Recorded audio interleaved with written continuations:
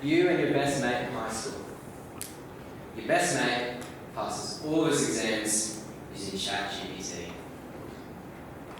Years pass, you've left high school and you've lost contact.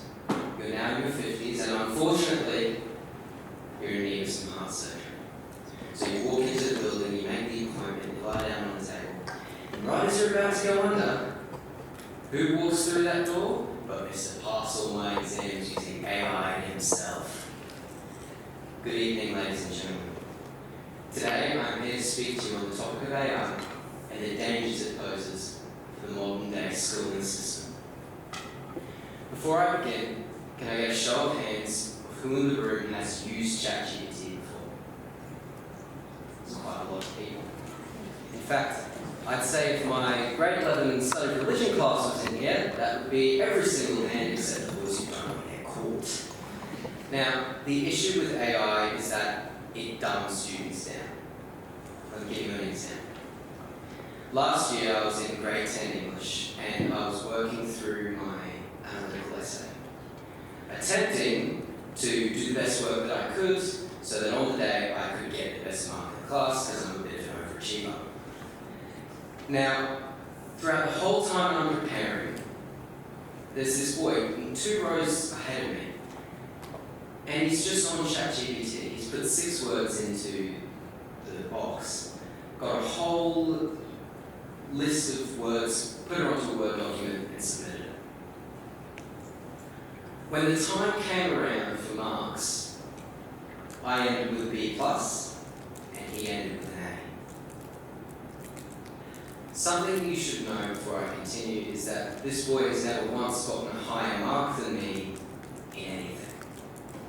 Now, this isn't anything against him. It's just simply the fact that he is using artificial intelligence, this new scientific advancement, on par with splitting the atom for something mean. It's the equivalent of using a nuclear reactor to cook a chicken. Now, AI hasn't been an issue in schools for about 6 to 7 months. I've heard nothing about it and no one's been submitting their stuff with it because my school introduced AI detection software. Though recently, a couple of weeks ago, I was in psychology and my teacher began talking about the subject of AI. And he was saying that his grade 12 chemistry students had gone through with him and shown him how they still pass using ChatGPT. They put it through this thing called humanizing software that changes the wording of the assignments so that the detector thinks that a human has, in fact, written this assignment.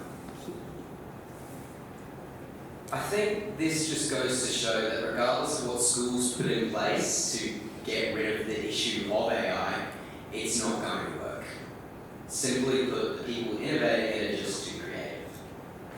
So that's why the only available option that fixes all the issues of politicians and doctors and lawyers going into their professions with exams they've just put through ChatGPT is to completely ban AI from public use.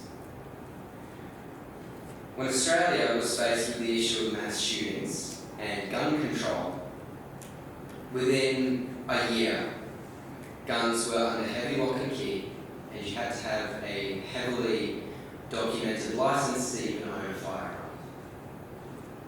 AI is on the same level of danger.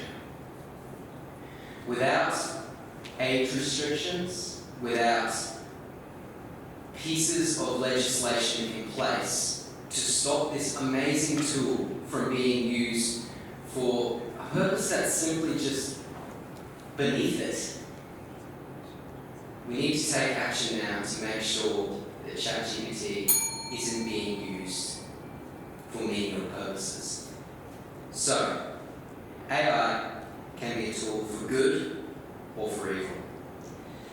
But we won't have to wait for it to become sentient for it to destroy us. No. Doctors and surgeons and politicians passing their exams using it will manage that just fine.